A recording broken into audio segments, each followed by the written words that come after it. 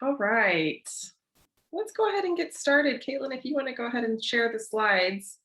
Welcome, everybody. We're glad to have you. It's so good to see you. Happy New Year, a month in. I don't know, what is time these days?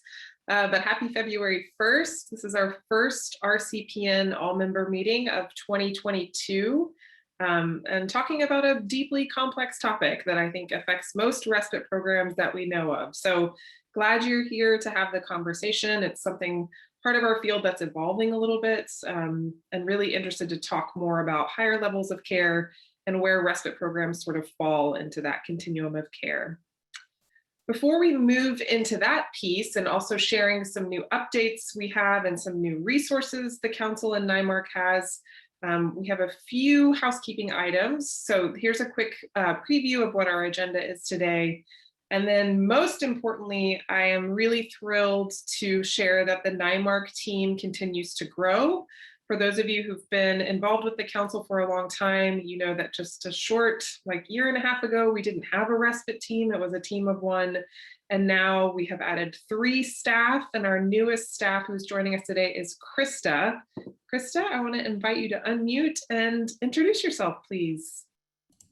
Thank you. Hi, everyone. I'm Krista Signor, and I am in Texas, as you can see on the little slide here. I feel like it's mandatory to put the state flag.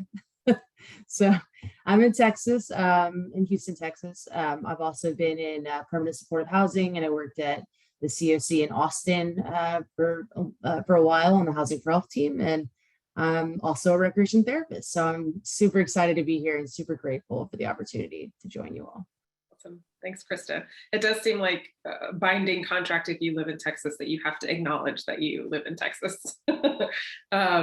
So it would be great if you guys could introduce yourselves in the chat. Just let us know who you are, where you are, and maybe what program you work with so we can get a sense of who's in the room. But also I want to highlight a couple of just housekeeping items, reminders, and updates. First, very excitingly, we are moving forward with our 2022 National Conference in Seattle. For those of you who are Seattle-based, I will say Seattle adjacent because it's actually in Bellevue, which is just right across the way from Seattle. But it is scheduled for May 11th through 13th. There will be a Medical Respite Pre-Conference Institute that will happen. It's a full day training that will happen on May 10th. Registration is open. Highly encourage you to register and please join us. It has been, you know this, it's been years since we've all been able to be in the same space together. We're really excited and hopeful that barring any COVID crisis, we'll continue to move in the direction of being in person. That's our plan, but I think we've all learned that COVID doesn't really care about any of our plans, so we'll roll with that. But again, highly encourage you to register and please join us at the PCI. It's going to be really good this year. Next slide, Caitlin, please. The other thing I wanted to just highlight is we took some time last year and paused our nomination process for the RCPN Steering Committee. And just a reminder that the RCPN Steering Committee really guides the work that we do around medical respite. And they really are our voices on the ground of what medical respite looks like on the ground, what's happening with clients, what emerging issues are coming up. We paused the process for bringing on new members last year to really think through what experience are we lacking on the committee? How can we make sure that the committee is diverse and really reflects the population that is served in medical respite programs? And I'm really thrilled to share that we have 4 new members who just recently started with us in December. They are highlighted: Brandon Cook, Liz Locatelli, Omar Marrero, and Lori Nelson. So welcome to them. Some of them are joining us today. Really happy to have them, really happy to have a more diverse perspective on the committee. We have a lot of folks from small programs, from larger programs, from a policy perspective, from a hospital perspective, just a really good mix from expansion states, non-expansion states, really strong steering committee right now. Next slide, and that leads me to a reminder, even though we just finished the process, we are now, nominations are open again for our steering committee and for our Willie J. Mackey National Medical Respite Award. Currently, we have 1 seat open on the steering committee, and if you're interested, please reach out to me. I'm happy to answer any questions you might have about that. The nominations for the steering committee, as well as the Willie J. Mackey Award, which honors respite providers in the field. Those nominations open tomorrow. They'll go out in our Solidarity newsletter, and also there's information about them in our Respite newsletter that's going out later this month. So nominations will be open until March 1st. They'll close, and then our RCPN steering committee will do interviews and make a choice, and that'll be shared later on in the spring. So really excited about that. Please nominate folks for the Willie J. Mackey Award. We're looking for just excellence in the field of medical respite care. There's been a lot of excellent care provided, particularly in the last year throughout the pandemic, and we really want to elevate and highlight some of our really strong providers. So encourage you, if you have somebody in mind or a program in mind, to think about nominating. And with that, I'm going to pass it over to Stephen, who has some really cool, exciting news to share. Hey, everyone. Good to see you all. I'm grateful to be here with you. I wanted to talk briefly about a new resource that's available on the NIMARC website that we're really excited about, called the State of Medical Respite Care. And we developed this in partnership with the Council's incredible research team, implementation research team. And this resource provides a visualization of some aggregate data about the field of medical respite care broadly and characteristics of medical respite programs. So this is intended to really be a snapshot of what medical respite care looks like in 2022. So I'm going to quickly walk us through the features of this resource and some of the data presented here.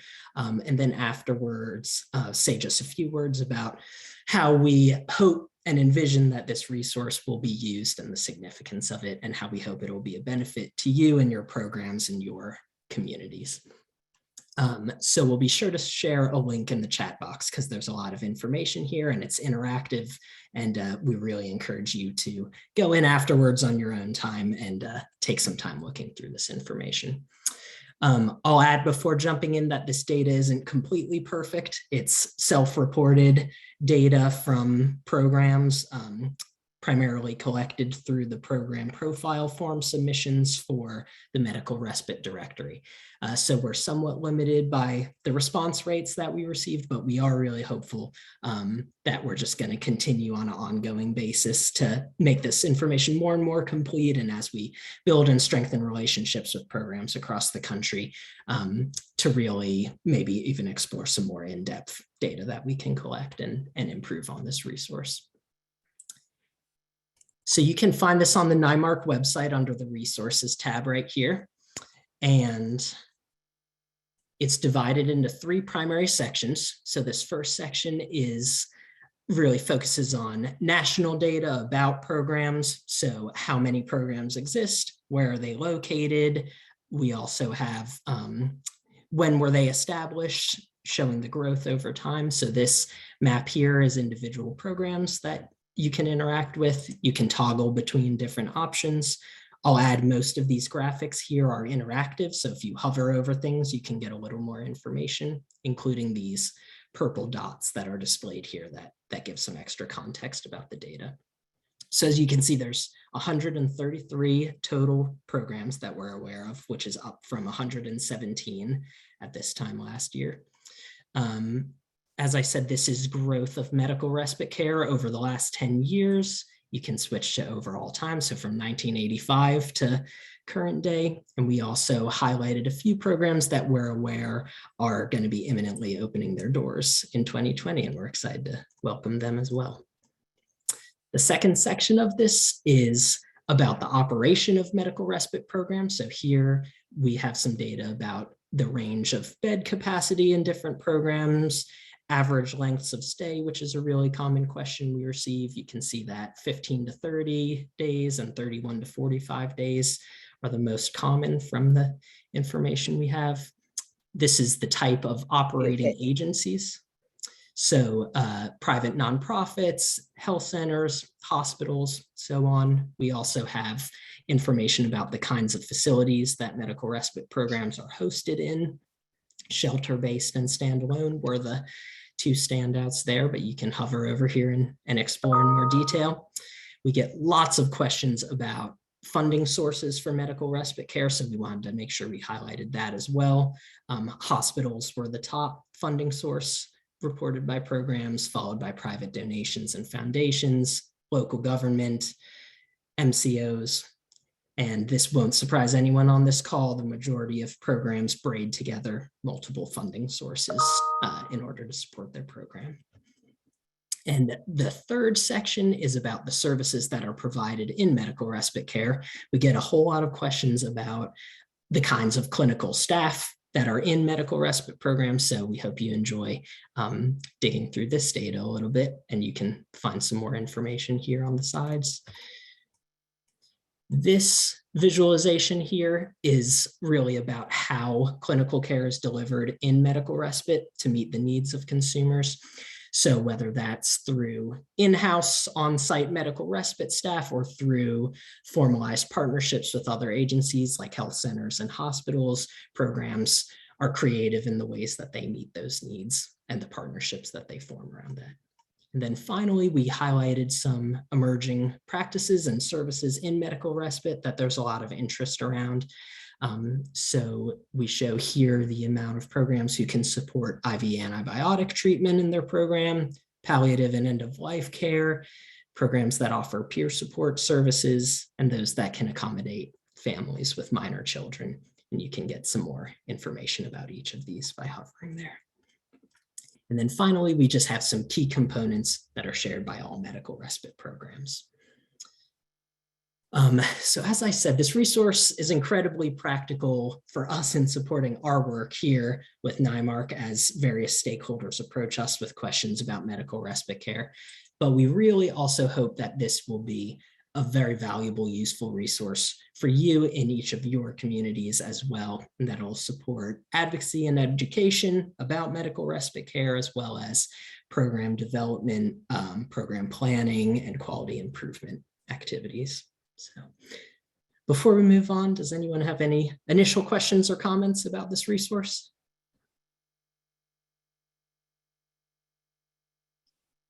Did you add anything you wanted to add, Julia? I do. So this resource is only as good as the data we have. And so this is where we have to come to our programs and say, if you are not represented in our directory, or if your profile is not updated, then we don't have your correct information reflected in this resource. So please, please take some time to look at this resource and see if your program is here and reflected correctly. Some of your programs have grown in the last few years, your bed numbers have changed, your services have changed. We really want to make sure that we have your updated profiles. So highly encourage you to take a look at this and get in touch with us to make sure that we have the correct data for you. Also, if you are aware of a program that is soon to open their doors, we would love to be in contact with them and make sure they're reflected here as well.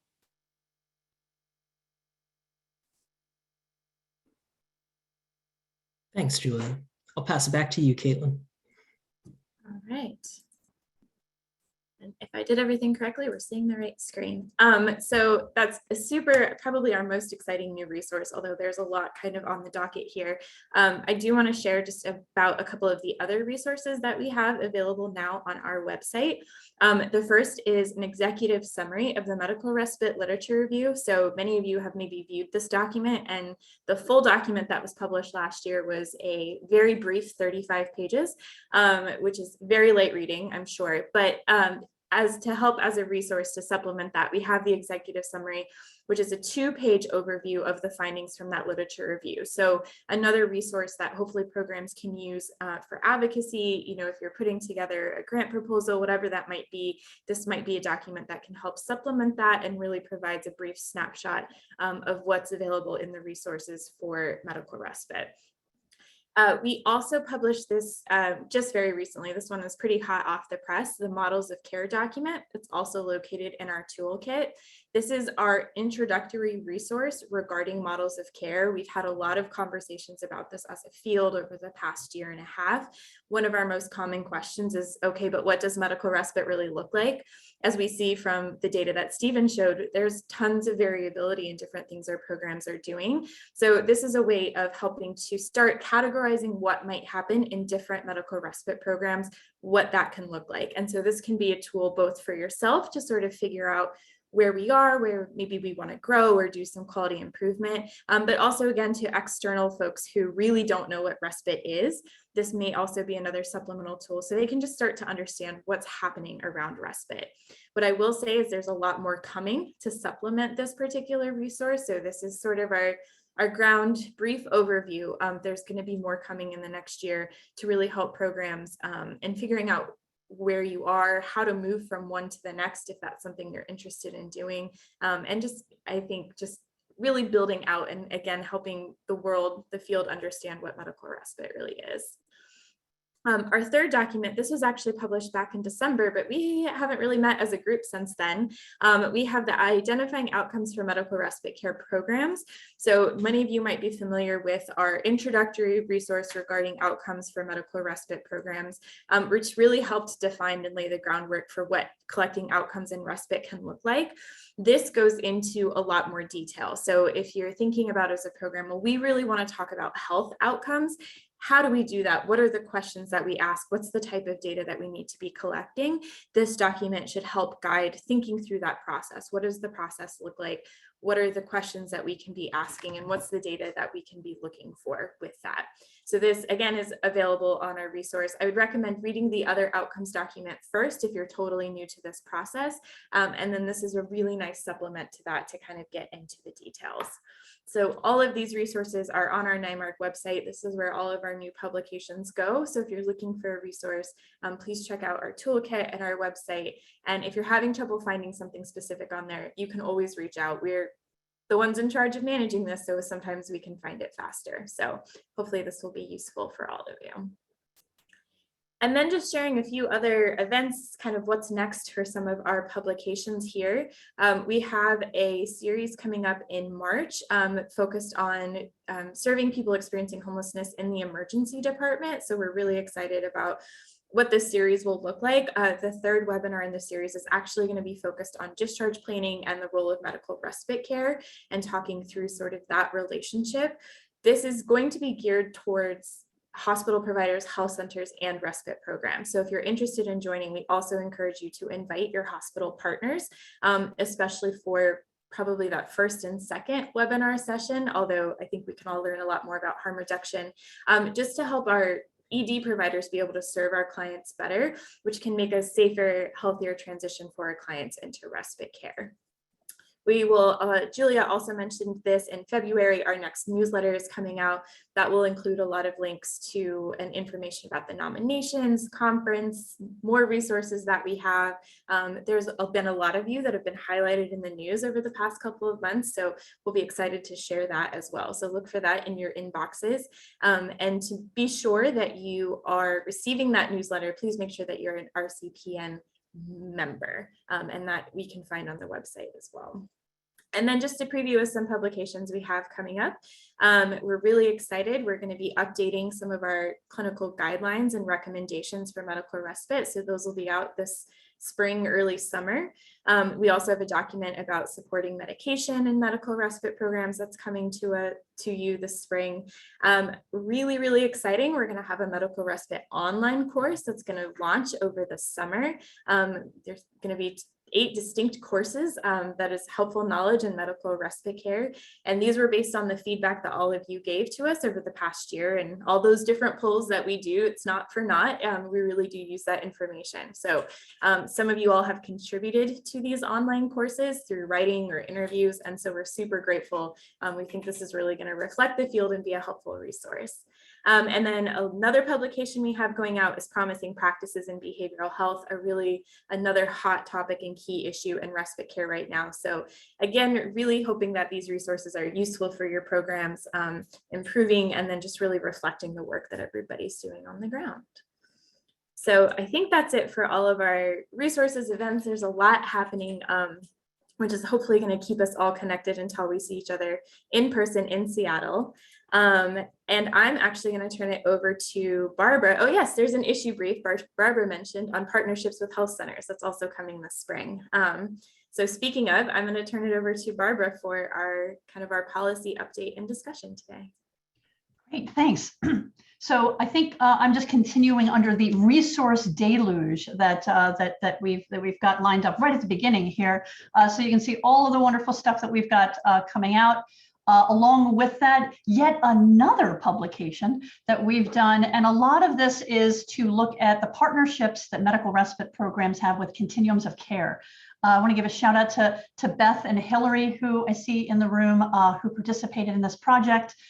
So this was with the Framework for an Equitable COVID-19 Homelessness Response. And this is a coalition of us, the National Alliance to End Homelessness, the National Low Income Housing Coalition, the Center for Budget Policies and Priorities, some pretty big hitters in the field that came together to really look at how can we respond in an equitable way during COVID to the people that we're serving. So as part of that, they really wanted to focus on how medical respite it can really be more now of a part of a standard of care in communities.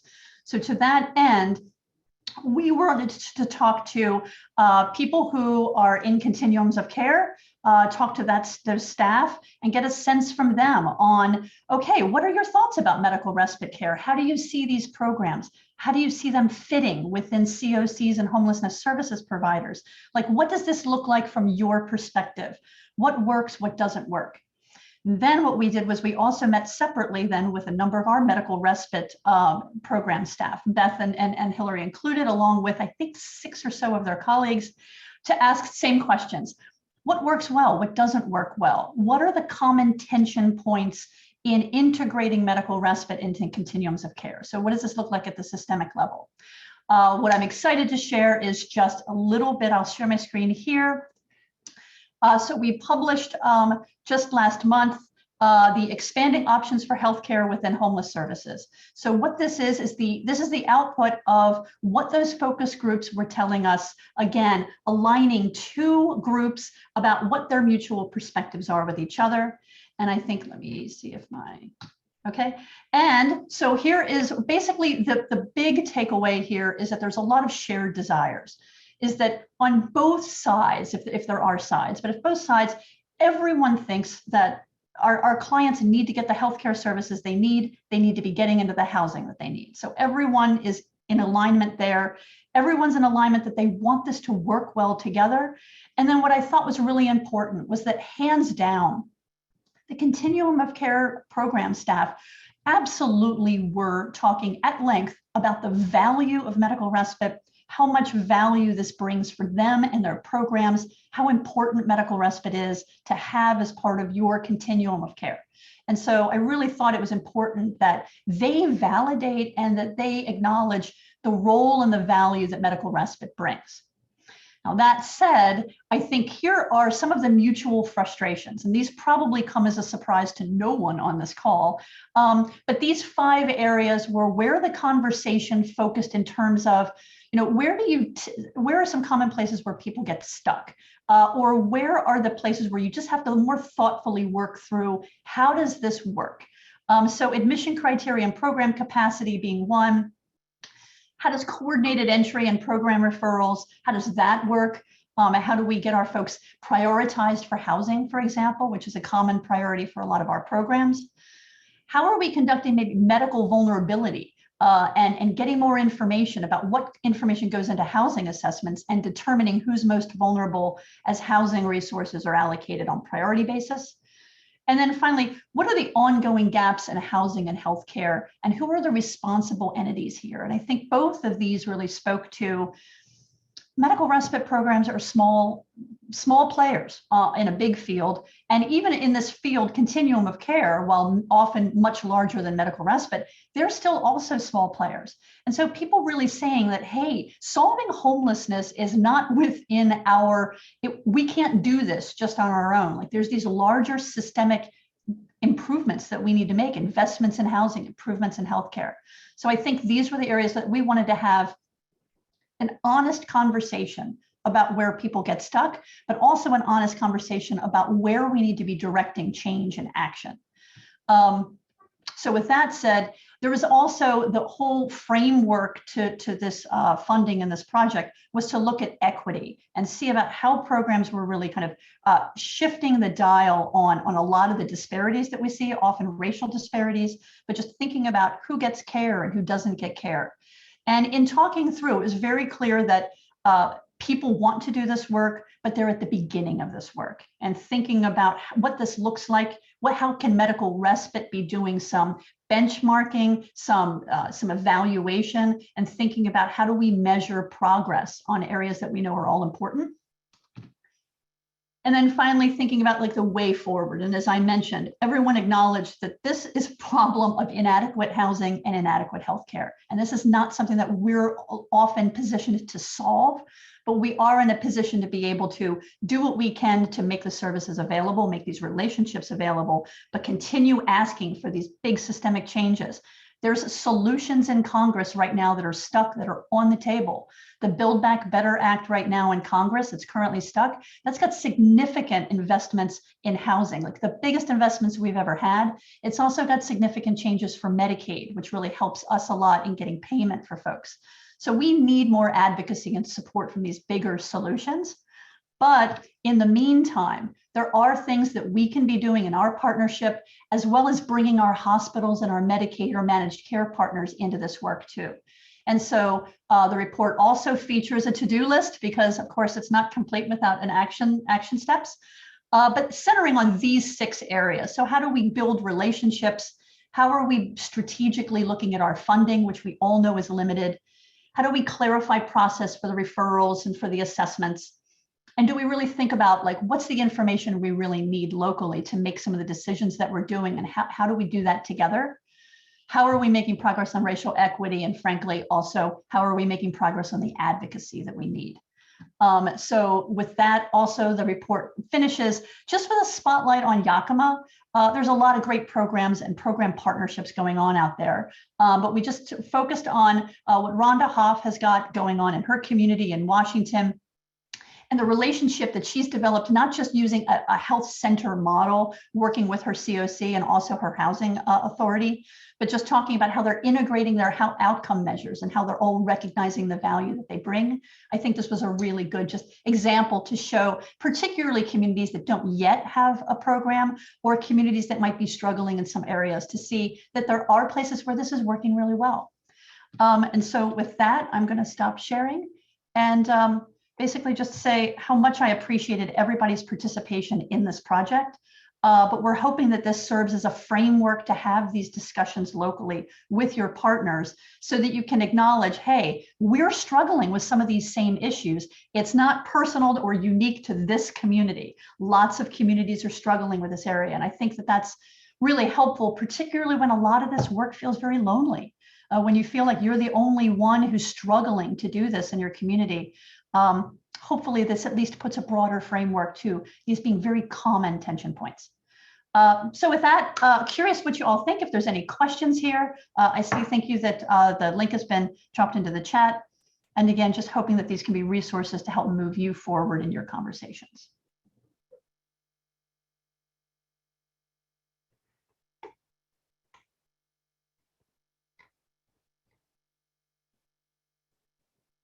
We'll be talking more about COCs at our Pre-Conference Institute as well, COC relationships. Because I know some people are really well integrated, some people are not, some programs are not. So there's a lot to digest and dive into here. Great. Well, again, I know that Caitlin's got a discussion on another topic altogether, but mostly just wanted folks to be aware that we have this new resource. And again, hopefully it can be helpful to you as you have these conversations with your partners, particularly in the COC space. So thank you. Great, thank you, Barbara. Yeah, lots of information dumping here. But, I think there's sort of a nice theme in terms of partnerships and thinking about where, respite has always sort of fit in this funny place between and among a lot of different services. So I think these new documents are going to help figure out, what's the place of respite in continuums of care and what's the place of respite within healthcare continuums. So with that being said, I'm going to sort of move us into our next part of our discussion here. So the focus of today's discussion in our more interactive part, less information dumping part of today's meeting is really talking about the levels of care and medical respite program. And just to give a little bit of background of why we're having this conversation today, we've had conversations with many of you over the past at least year and a half since I've been here, and I'm sure Julia even longer than that, that there's really a tension and a difficulty in our folks experiencing homelessness accessing the appropriate levels of care. And oftentimes respite programs are put in a really sticky situation when somebody is referred to them that probably needs a higher level of care, but has been denied potentially from those higher levels of care, or difficulties of programs who have somebody who comes in who maybe decompensates or their health condition worsens, and being able to get them back to where they might need to be able to rehabilitate a little bit more safely. So this is a conversation that's really been happening, I think, across the field. We've had it a lot in individual program conversations. So we wanted to bring it together today and at a point where we are all meeting together to really bring to light some of the issues. As Barbara said, it can feel very lonely in respite programs. I think a lot of times if you're the only one in your community, it kind of feels like you're navigating these things alone. So hopefully this will be an opportunity to sort of share our experiences together. As I advertise this, I said we don't necessarily have all of the solutions today, but maybe some of you guys do too. And we really want to give an opportunity to share what's been working in your communities to address some of this as well. So before we sort of jump in, and what I will say with this is, along with this discussion, we actually have another new resource that's hot off the press. I think it was just published yesterday. Stephen put the link in the chat here about the levels of care. So this is an issue brief that we have put out, and essentially the goal of this issue brief is to help us really, as medical respite programs, use and develop a common language about what we mean by levels of care. Sometimes that gets used differently. There's, we have continuums of care and then healthcare continuums. It gets confusing as to what all of that's referring to. So this issue brief really helps us use the language that's used in the healthcare field, identify what appropriate expectations are of these different discharge venues that people may be needing to access or accessing, and then illustrating different barriers to care. So that's really the goal of this publication, so that if we're all using a common language, that's really going to help us in our advocacy services. So since this is literally been published less than 24 hours ago, I'm sure none of you have read it thoroughly at this point. So before our discussion today, I'm going to go into just doing a little bit of a brief overview of terminology, just to help us make sure that we're all talking about the same thing. So what do we mean when we say a level of care? In this context, we're talking about a level of care that describes the intensity of healthcare services that are required to manage or resolve a health condition, often following acute care hospitalization. So we had some folks on staff here who helped to develop this beautiful graphic, really illustrating the healthcare continuum and what we mean by these levels of care. So I think what's important to point out here is that medical respite care, although really important, is in this community-based space and is sort of at the least intensive short-term end, right? So it's not equated to and not equivalent to a skilled nursing facility, a nursing home, long-term care, any of those.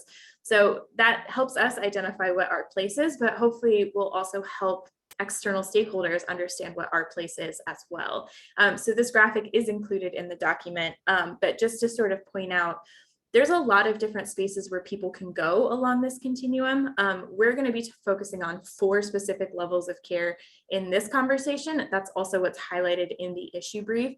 And that's in part because those levels of care are the ones that people are most likely to access after they've had an acute hospitalization. But this is a resource that we'll be referring to as we develop out other resources to talk about different venues of care. So I kind of went through this already, really about what the goal of this paper, this issue brief is.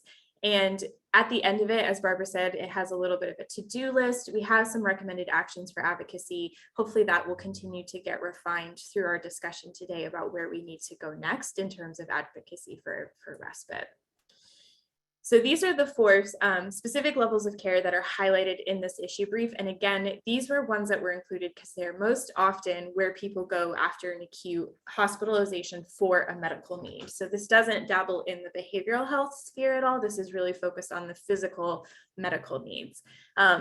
So we have a skilled nursing facility, right, which is a term I think that's really familiar to a lot of us. But when we're talking about skilled nursing facility as defined by CMS, Medicare and Medicaid services, skilled nursing care is nursing and therapy care that can only be safely and effectively performed under the provision of professionals and technical personnel to treat, manage, and observe health conditions and evaluate care. And I'm going to point out that skilled nursing facility is actually different than long-term care. And I think this is where a lot of confusion tends to happen, in part because there are facilities, one facility that provides skilled nursing care and also provides long-term care. So when we think of the word nursing home, right, we might think of both of these, and that's true. A nursing home may have a SNF unit, which is the short-term language, and a long-term care unit. The key difference between the two is that a skilled nursing facility is not meant to be long-term. It's rehabilitative to transition the person back into the community. Somebody entering long-term care, it's assumed that they will likely be there for the long duration, either in most cases until end of life for individuals, and or some circumstances may change, such as hospice or palliative care. So just to kind of call out the differences between those two, we also have inpatient rehabilitation facilities. These are sort of high intensive rehabilitation settings.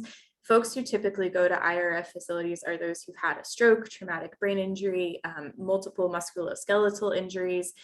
It's really specific to whether or not you have insurance and whether or not you have an IRF facility in your community, which are not in all places. So I think it's probably least likely that any of our folks may end up in one of these facilities. And then we have also assisted living, which again, different than long-term care, right? Assisted living is community-based, provides long-term housing and support for activities of daily living and IADLs as needed for those that don't need 24-hour nursing care. So the differential line, right, is that if somebody moves into needing 24-hour nursing care, then they're going to be needing to move into long-term care. The document kind of goes into the nuances of all of these, as well as the different barriers. Again, one of the key differences for assisted living, which many of us probably know in the housing field, is that Medicaid does not pay for assisted living, does not pay for room and board for assisted living. It may cover certain services that a person receives in their home, but it is assisted living care is based on waiver access or personal financial resources. And that's really what prevents our folks from being able to access it as a service. So there's not going to be a quiz on this, but I did just kind of want to go through the differences, and then you can kind of delve into it with the document as we're talking through these things. So we're going to enter our group discussion now. Before we do that, this can be a difficult topic. I want to acknowledge that there's a lot of moral injury involved in this issue. I think it's easy for us to sort of kind of demonize healthcare systems sometimes in their role in this, but I want to acknowledge that for hospital discharge planners who are finding a place for people to go, they're working within systems that are set up for failure for them as well. And medical respite providers are feeling that moral injury on the same end, that the goal is to make sure somebody has somewhere safe and healthy to go, but those resources aren't available because the person is homeless. So there's a lot of injustice involved with this, and it's a really difficult situation that brings a lot of dilemmas. And I think as respite providers, we tend to absorb because we know that we can probably provide the best care, or we know the alternative might be that the person goes to a shelter or back to the street. So acknowledging that difficulty and that tension, and that really is what brings us to this discussion here today. So we are going to, again, as I mentioned, have a group discussion, but it wouldn't be an all-member meeting if we didn't do a poll. So I'm going to close out this screen, and we're going to do a poll through Mentimeter here. So give me one moment to get that pulled up. And then I promise after that, we are going to just be engaged and looking at each other. So I'm going to share my screen here so that we can access the Mentimeter poll. So there's a couple of ways that you can get into this. You can go to the website here and enter the code that's on the screen, 4580-6779. If you're really tech savvy, you can hold up your phone and scan the QR code on your screen, and it will take you to the poll. And I think, so I'll give everybody a moment just to jump in before we move to the next.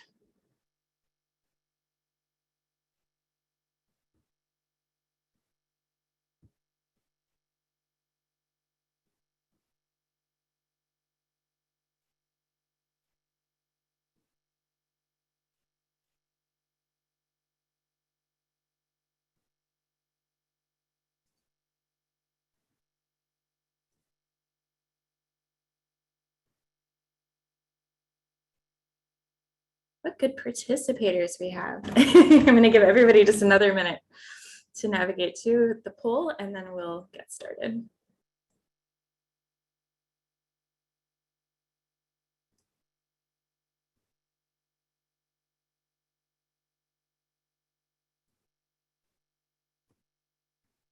All right, we have lots of folks in, so we'll give an extra moment because my screen froze. There we go. All right, so if you're still logging in, that's fine. You should be able to jump in as the poll continues. So our first question is, have you ever been referred someone who needs a higher level of care than your medical respite facility can provide?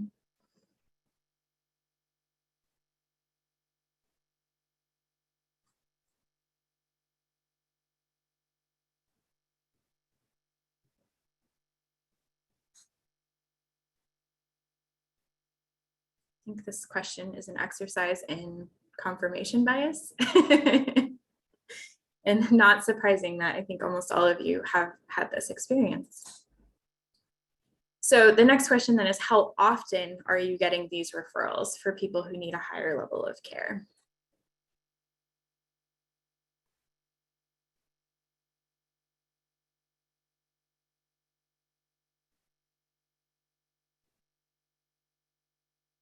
Wow.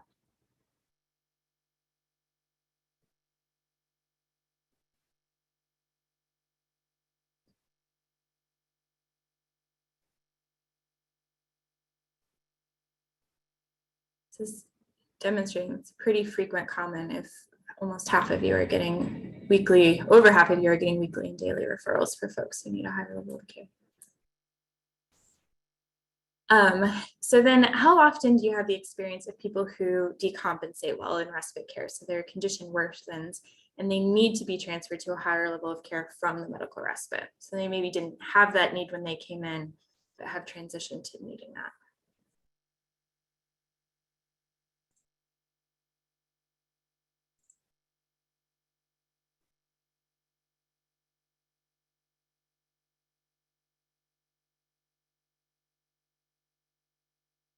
Less frequently common, but still pretty significantly happening for folks.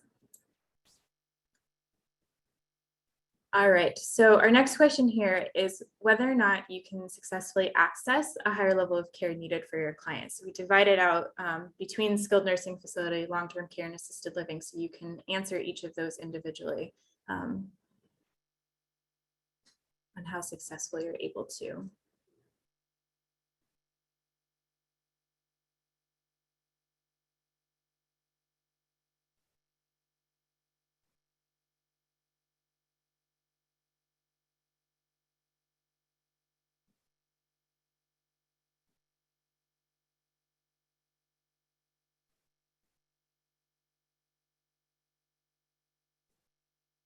So again, despite sort of the need that's been demonstrated in our last question, it seems like this tends to not be a feasible option for most folks in the program.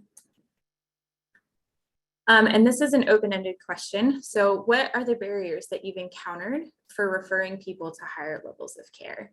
So if we're thinking of those folks who you couldn't get in, what were the reasons why? Both that you suspect and also that you were told specifically.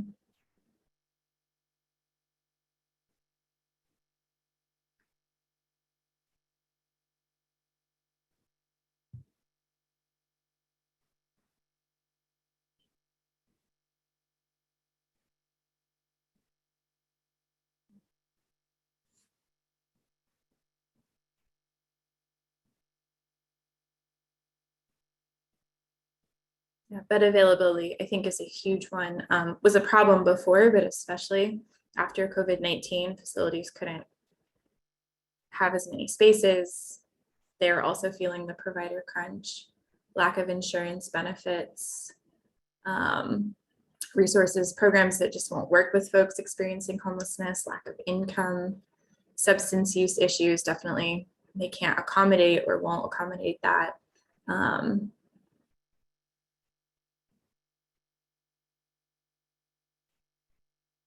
Just not beds available. Lack of insurance. Yeah, that's sort of, someone brought up that pressure along the continuum, right? Hospitals are full, facilities are full, and sort of there's crunch, they need beds in all places, but there's not really a place for people to move in or out.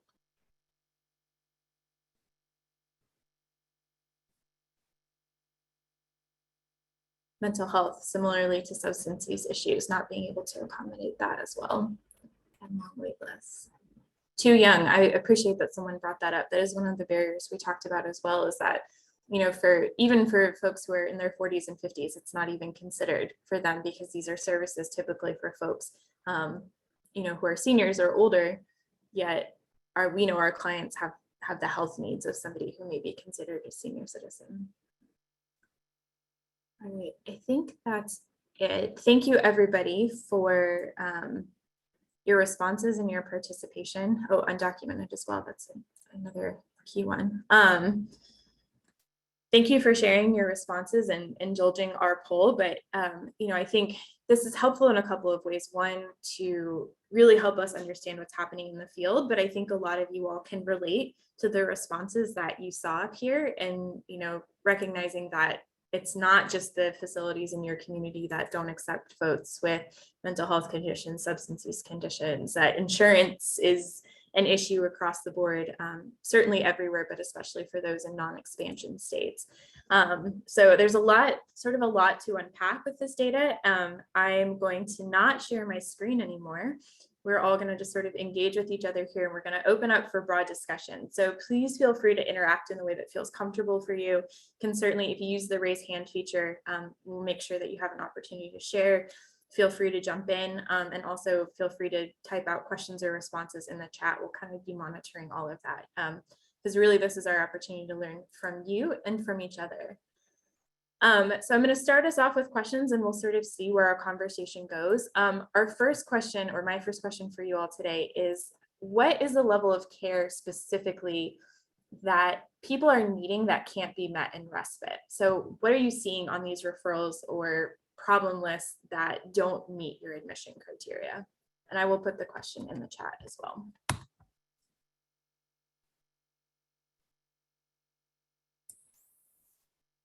Well, for us, we try to take people who are independent in their ADLs, although we do, you know, take some exceptions if we can work around it.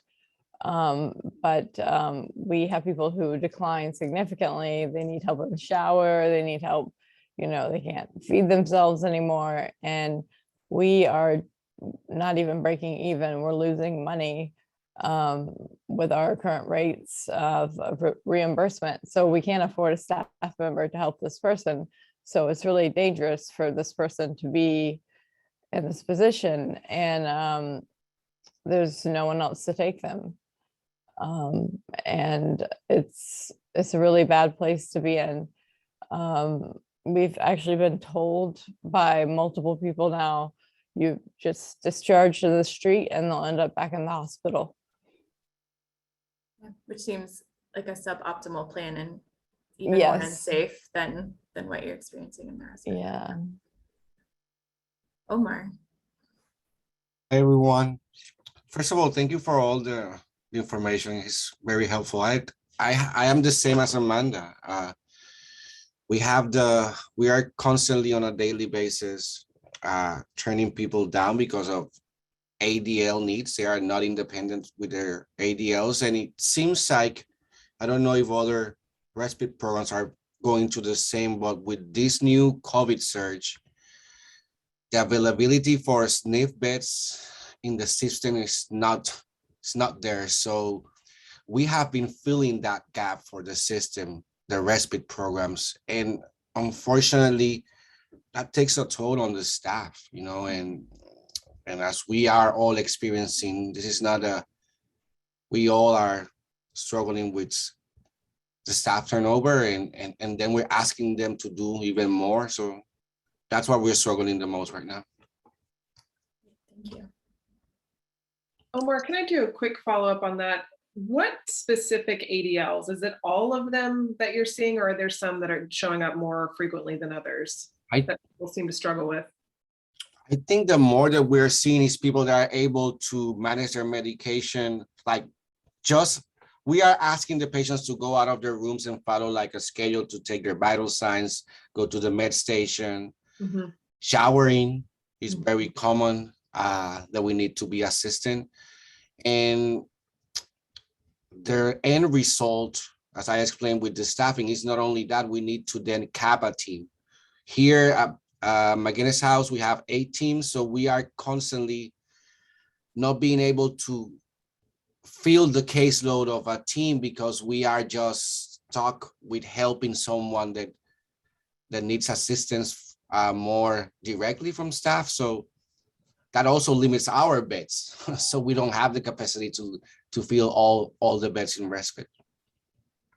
Thank you. And I see in the chat, someone else mentioned medication management is another safety issue.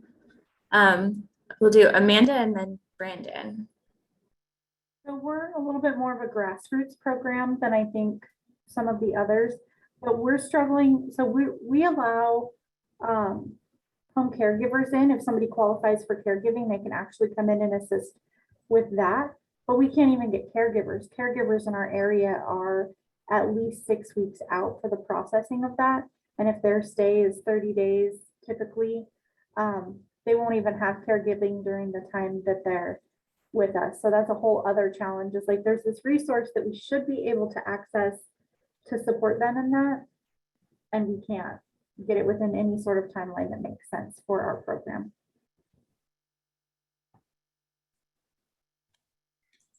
Yeah, very, very quickly, I'll just say some of the heartburn that we kind of understand from the hospitals is the fact that they do send us a lot of referrals of folks who are status post surgery or something like, and I'm talking like fresh off the table, so to speak. And we know that they're just going to struggle with their ADLs. So our struggle is getting the hospitals to kind of work with them a little bit longer to get their ADLs up, to get them more independent. The layout of our program, and just so folks understand, we are housed in a shelter, and so there are some limitations inherent with the facility, especially in terms of getting food. But we do let the hospitals know people have to be independent with their ADLs because there's absolutely zero staff that could help people in showers and bed transfers and wheelchair transfers. We do take folks in wheelchairs, but they have to be able to do a self-transfer and be able to get around on their own. And the other thing that's complicated for us is the ability, or I'll say the inability, to be able to take folks who are incontinent in urine and feces. It's impossible. Sometimes someone will get by our radar, and it is just, and I've had staff that have gone above and beyond and kind of helped to clean up whatever messes are made, but they can't be there 24/7 to do that. And quite frankly, it's just not in their wheelhouse to do. So we really try to monitor as best they can, as best as we can, but it's really just a challenge getting those referrals from the hospitals. And we do end services with the hospitals as often as we can, say, this is what our respite is, this is what it's not, here's who we can take, who these are the people that we can't take. So yeah, so I'll pause there so others can talk. Thank you, Brandon. Yeah, there's a thought I'll come back to, but I want to sort of acknowledge a few things in the chat here for folks who maybe not able to see that. But definitely also people are seeing folks more at risk for falls, even with assistive devices, which certainly is an increased risk if folks are unable to transfer on their own. Seizures as well. Beth also mentioned seeing more folks with memory issues that impact their cognitive function, and then changes in incontinence status. So perhaps maybe when they were admitted, they were more able to take care of it, but that has changed once they have been admitted into the program. So yeah, that self-management is that key difference, certainly with incontinence. So Brooksanne, I see your hand up here. Hey, I was just going to say that from the hospital perspective, especially now as we're in development of a respite program, but because of the high capacity, there's a lack of discharge options. And I feel like an added layer that's going to be happening next few months is that, sorry, my voice is not going very well, but with HUD, just yesterday on a COC meeting, they're now talking about having more hybrid model because our hotel that takes the COVID homeless patients now, they may lose that funding in the end of March. And so they're looking for solutions of these sort of hybrid models and shelters. And I think that respite beds are going to be more of a need as time goes on with COVID, just due to the funding on the county or health department level. If they do close these hotels, respite's going to be, a priority. So, and that's why I'm involved in those discussions. But I think as that happens, there's going to be more of an issue with hospitals trying to discharge with people that are not ready to go. So I think it's going to make it harder, so that I guess the more that you can get in front of it is the way to go. Just like Brandon said, like in service, making sure you check them out before you go, and demand from the hospital to do a psych consult or cognitive testing. Sometimes they can do IQ testing because then that can help with their disability plan. So there's a lot of little ideas, but I think it's definitely going to put more pressure on us as we go forward with COVID. Yeah, and kind of that pressure point again, for hospitals that are trying to get folks out faster than, as Brandon said, they're one day post-surgery, when really 1 or 2 days in the hospital might really improve their mobility status and make them much safer for a respite discharge. But that quick turnover can really be problematic going into programs where there's, again, not 24-hour staffing, not 24-hour clinical staffing to be able to support that.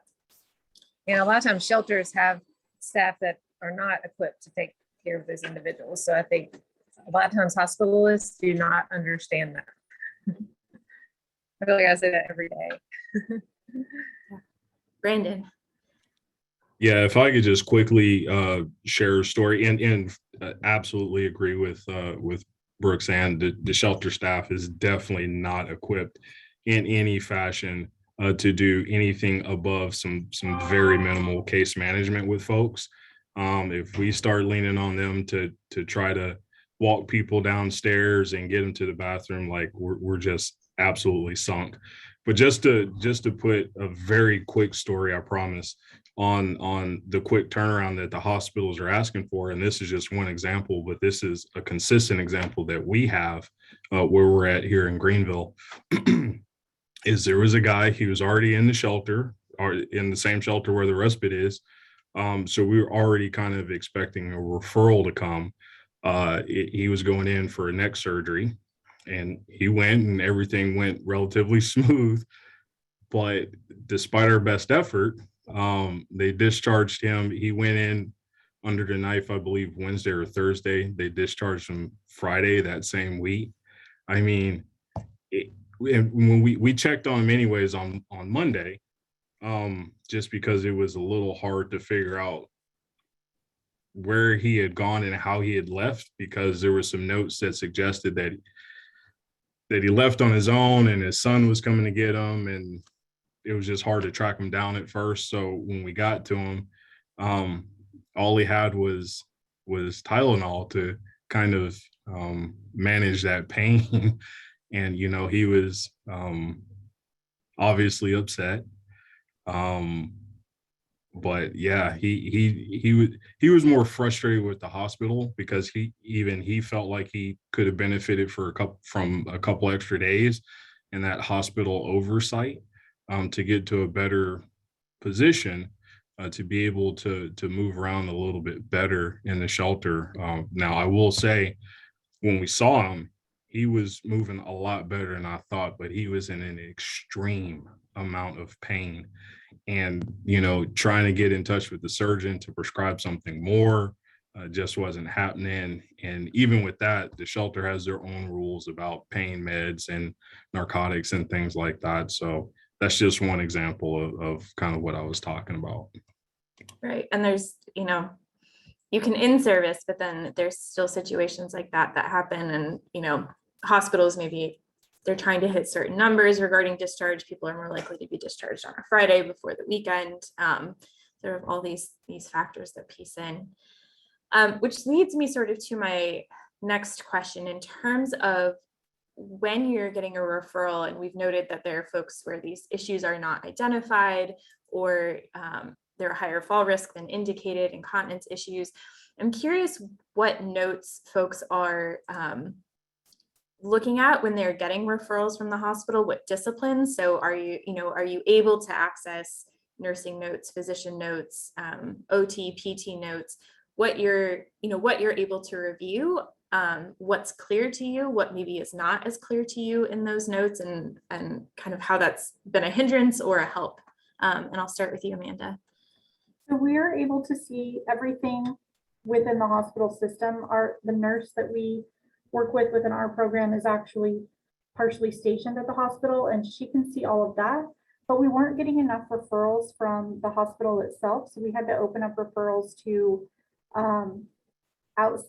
outside the hospital, but people who would fit the same criteria. So not necessarily hospital discharges. And that's where we're running into a lot of issues, because we don't have the same, like, we have documentation of the medical concerns and the risk factors of wherever they're staying to those medical concerns, but we don't have access to more of the behavioral concerns or their ability for self-care, things like that. So that's where it seems like the hospital discharges we've done okay with in terms of identifying where they're at. But it's the community or outside referrals that we struggle with more. And every client that we've had that has caused a lot of either damage to the facility or behavioral issues has been an outside referral. But we have to have them or we wouldn't have enough. Right. Brandon. Yeah, and we're kind of in a similar boat with Amanda. It's been a struggle to get appropriate and consistent referrals from. We actually have two major hospital systems in very close proximity to us, and so we are trying to figure out the best way to try to get the most appropriate referrals from outside of the hospital. So that's an ongoing conversation for us. What I will say is, we have some access to records depending on which hospital the referral is coming from. So there's the notes that we receive when we get the referral sometimes. And if we don't get those notes, then we follow it with the case manager, say, hey, you're missing X, Y, and Z, send it over. But what we learned early on is we have to do our own investigation, because even the hospital that we're able to access their records from our computer system, they don't send us everything. And so we got burned with some of those early referrals where folks said, oh, no, they're great. They can, they've walked, 28 feet today and this, that, and the third. And they get on site and it is an absolute train wreck. So we learned two things. One, we have to go into the system, pull extra notes ourselves and review that. But we also, because sometimes that documentation can be off, we also have to go in and put eyes on and just see it for ourselves. With the other hospital system, we're kind of relying on what they send us because we don't have access to their records. But on the same hand, we get very few referrals from them. So it kind of is a wash. So, yeah. Yeah, the in-person intake might make a difference sometimes, or just being the types of providers that a Respite and HCH program is, may be able to rapport build a little bit better with clients. in some cases and get a little more information. Yeah, Omar, I'll jump over to you. Thank you. Very similar to what Brandon and Amanda shared. We do have access to the hospital referrals, including behavioral health notes and everything. What I have to say is that once the hospitals know, if we push back with a referral, for example, if we identify the need for a SNF level of care, then the next day you will see the PT will clear this patient when evidently that patient should not be cleared by PT. And, and you are developing these relationships with these hospitals. And unfortunately, that jeopardizes or really affects the trust factor when it comes to referrals. The other thing that I would like to mention is the lack of knowledge of the personnel in the hospitals. There's a lot of turnover, so people are just coming in and out of the hospital. And even though we have a liaison in the hospital, in both of the major hospitals in the city of Boston, sometimes people are submitting referrals that are patients that are not eligible or not appropriate or not. They're sending referrals for people that are not homeless. They're sending referrals for babies sometimes. So, lack of knowledge on the respite model of care. And again, I think that the hospitals are struggling as us, they are trying to open their beds and sometimes they play not necessarily a fair game with us in respite. Yeah, and I kind of want to speak to the point regarding the OT, PT evaluations. Many of you may know I'm an occupational therapist, and I think one of the huge challenges, and maybe when we're thinking about solutions, is if there's a lot of in-service being done with the hospital's discharge planners, the rehab teams may be another good target, because folks who are doing OT, PT evaluations, I am going to guarantee are most often operating under the context of somebody who's discharging to a home, who has resources and in-home support systems. So when they're saying, oh, this person is safe, they could walk down the hallway 20 feet. In their mind, they're thinking this person could make it from their bedroom to their bathroom inside their home, because somebody else will also be there to support them. And they're not thinking at all about the lives that our clients are living, that being able to safely walk means going from the shelter floor to the cafeteria that's 3 floors down. Sometimes the elevator is not working. There's a bunch of people, there's a lot of chaos. It's going to impact some of the cognition pieces. They don't have their own bathroom. There's all these sort of contextual factors that are really not aware to people who haven't worked in homeless services, that may be a really good target when you're doing your in-services, not just for the hospital social workers and discharge planners, but the rehab teams who are sort of clearing people for safety and thinking about like independence in medication management literally means independence, not I can put the pill in my mouth after somebody gives it to me, which I could go on and on about that, as a lot of you already know, but it's a huge area of education. I think that can help support that. And if anyone wants to do that, please reach out, because I've made it a secondary mission to educate my fellow OTs on this. But I think that could help in terms of understanding what it really means for independence within the context of homelessness and respite care, because it's different for a lot of folks, and what safety means and what fall risk means in those places. Yeah, Brooksanne just gave a perfect example in the chat here. Somebody saying that all a person needs is a walker, but if he's living in the woods, that those little dinky folding walkers with tennis balls at the end are going to last, I don't know, half a block, 4 seconds. It's not going to do that. Yeah.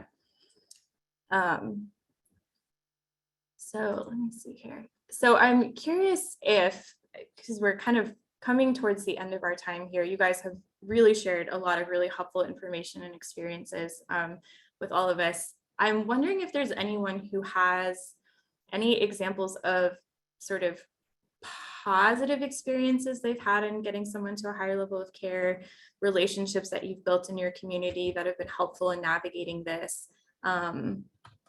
Any sort of successes based on the poll results. I don't know how many of these stories we're going to get, but if there are any out there, we'd love to hear them just to kind of share with each other. Our main hospital, Highland Hospital, that we get most of our referrals from, they have a complex care team there that has been extremely helpful when people, you know, they're there because the person is so complex.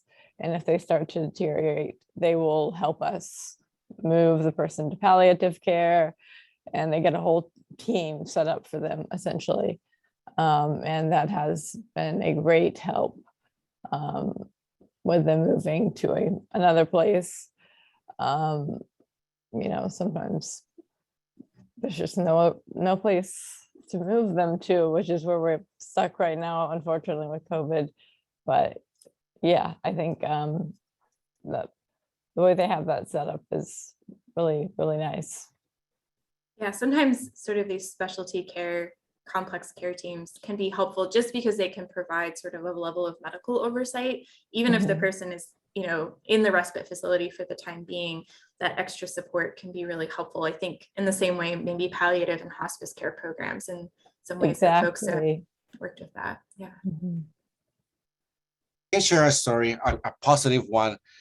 And I think, so we were caring for this female patient with Huntington's disease, as you can expect, a lot higher level of care that we can provide, but there wasn't any options, and she wasn't willing to engage or work in any options. She also had an active substance use disorder, and she was in the program for over 8 months.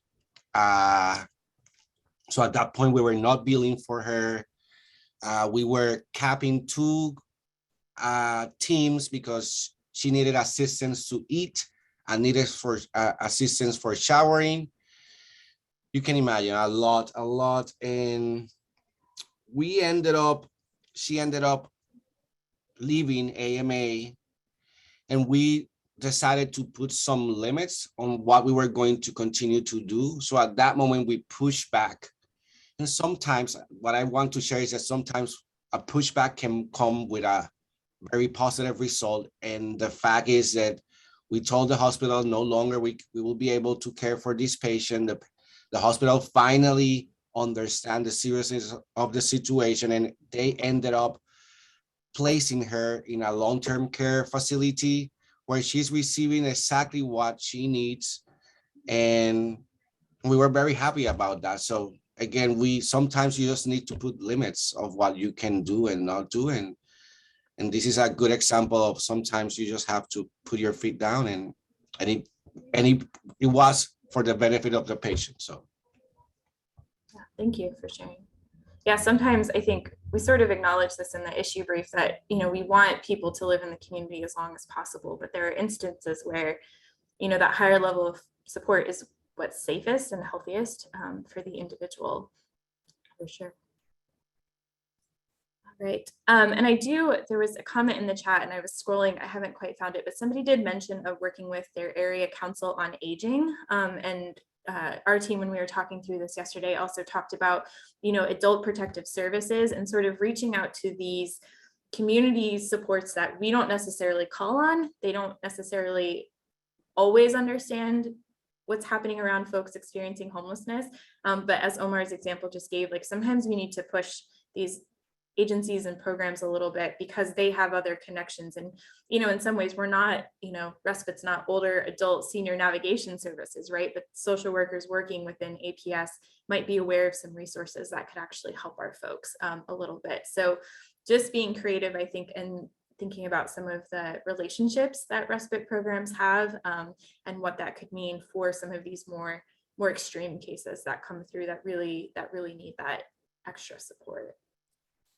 Do you know if we're able to call APS if a person has to be discharged, but we know they're going to the street and they're, like, you know, not appropriate for the street?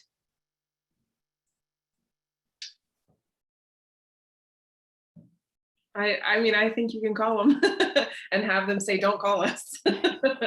Well, yeah, we kind of did a workaround Yeah. because the gentleman doesn't know if someone's still stealing his money, his SSI. So we did it that way, but I was just curious.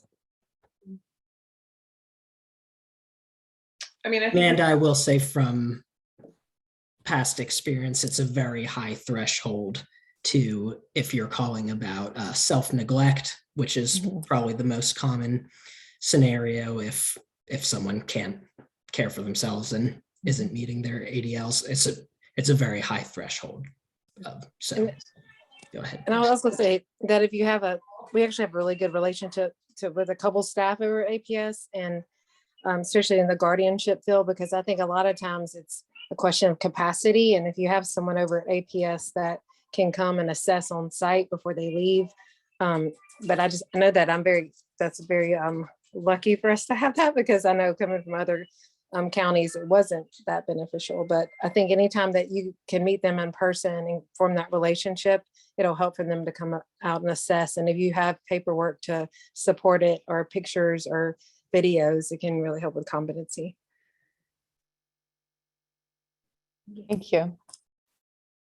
I think this whole conversation is also just a reminder that anybody who works in a respite program is also by default and working in advocacy, because you're also constantly having to advocate and educate the system about the needs of your client, and really calling on other providers to rise to the level that your client needs, because they're here to provide services for folks. And so they need to do the hard work of figuring out how to provide best care. It shouldn't just be respite programs. So it's just speaking to the larger kind of burnout piece, I think, Omar, that you were referring to. It's not just that respite programs are providing care, they're also just constantly in a fight to figure out how to make sure folks in respite are getting the best quality care once they leave respite. So speaking of advocacy, this is our last question of you all before we wrap up for today, is really in terms of next steps, what would be helpful for your programs from the council and the NIMARC end? So, what can we do to help support your programs in navigating these barriers? Advocacy, resources that would be helpful, things that we can kind of start to pursue. From just interested in any and all ideas. I mean, solving homelessness is first, but we'll go second on down. Yeah, Rishandra. So I think extending this conversation to the hospitals would be very beneficial. I think a lot of times they're very quick to send referrals. They don't really understand the process. No matter how many times we explain the process, I try to have quarterly meetings with my hospital, reiterate what the criteria is. But I just think on a larger scale, opening these conversations up to hospitals and just having that dialogue between other respite programs and our stakeholders would be really beneficial. Great, thank you.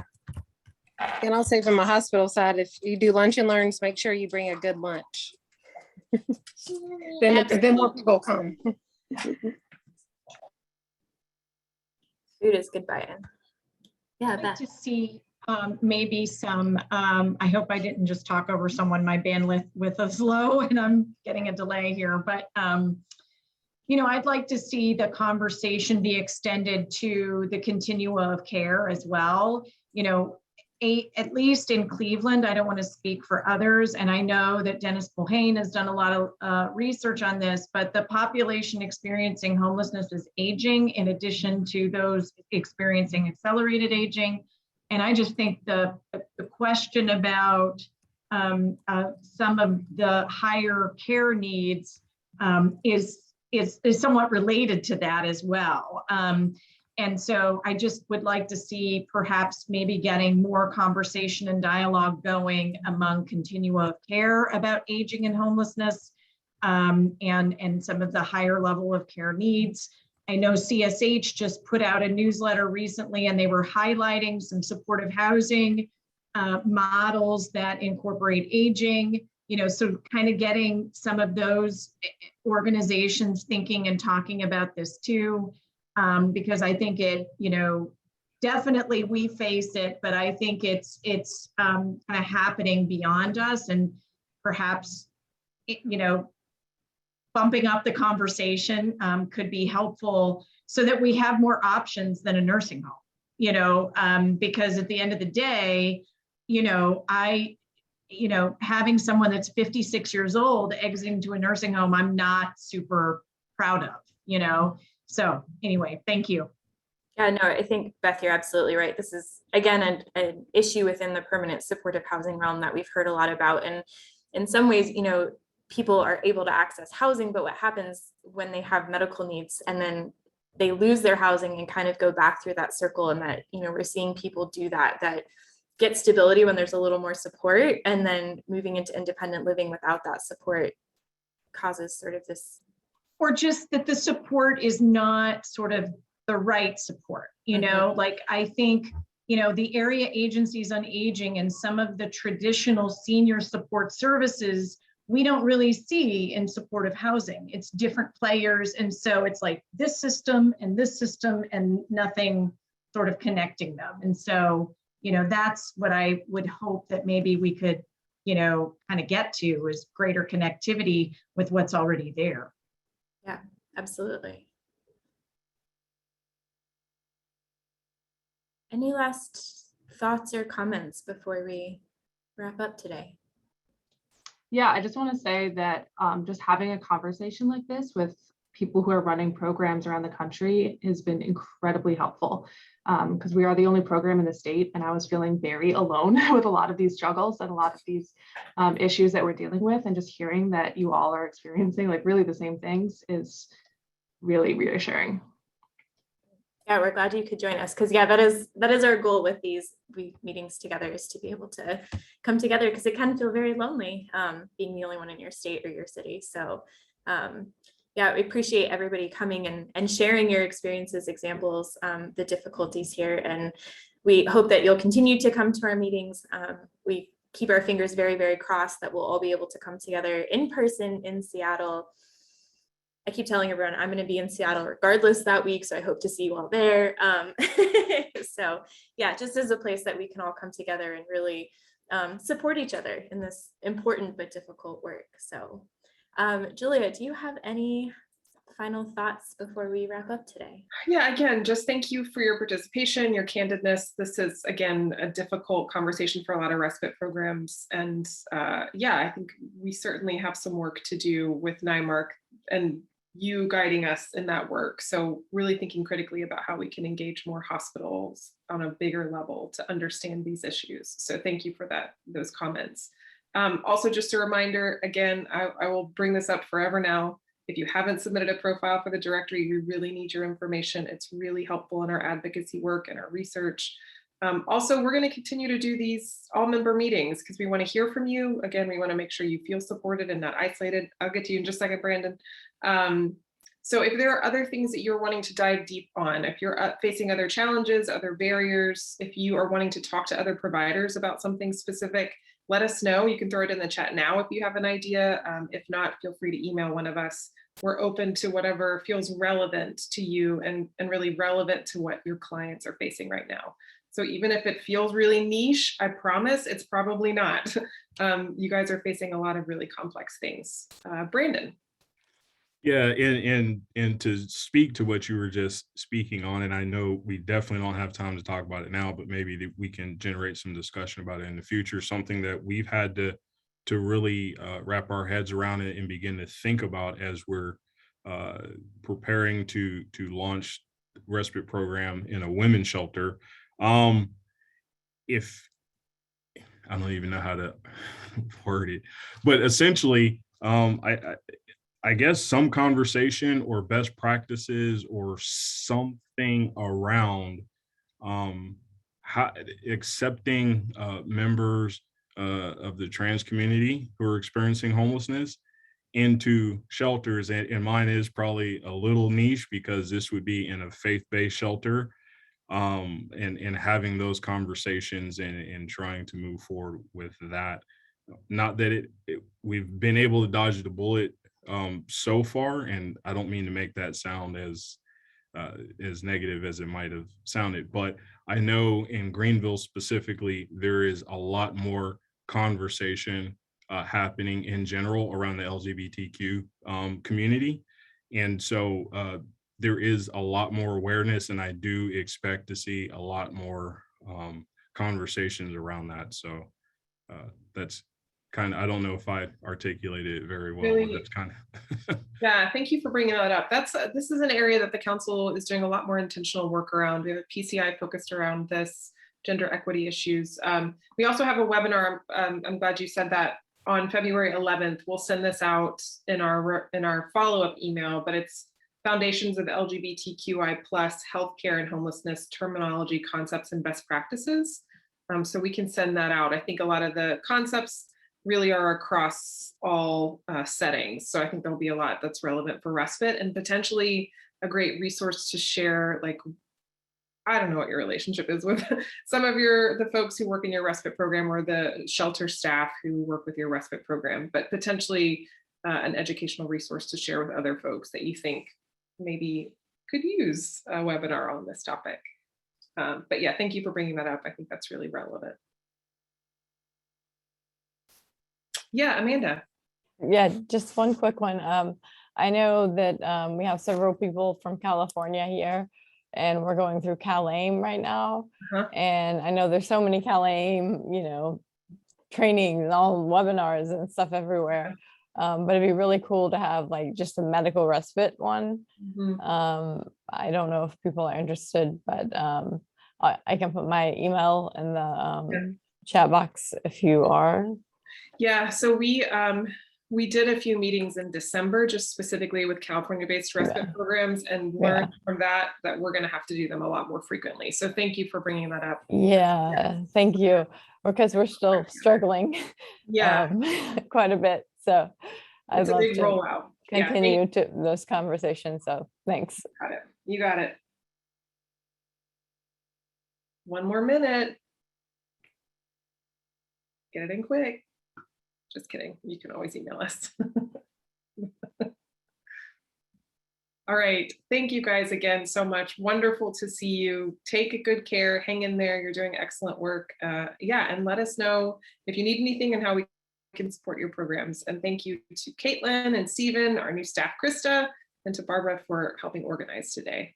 Thanks, everybody. We'll see you soon. Thanks. Thank you all. Bye. Thank you all.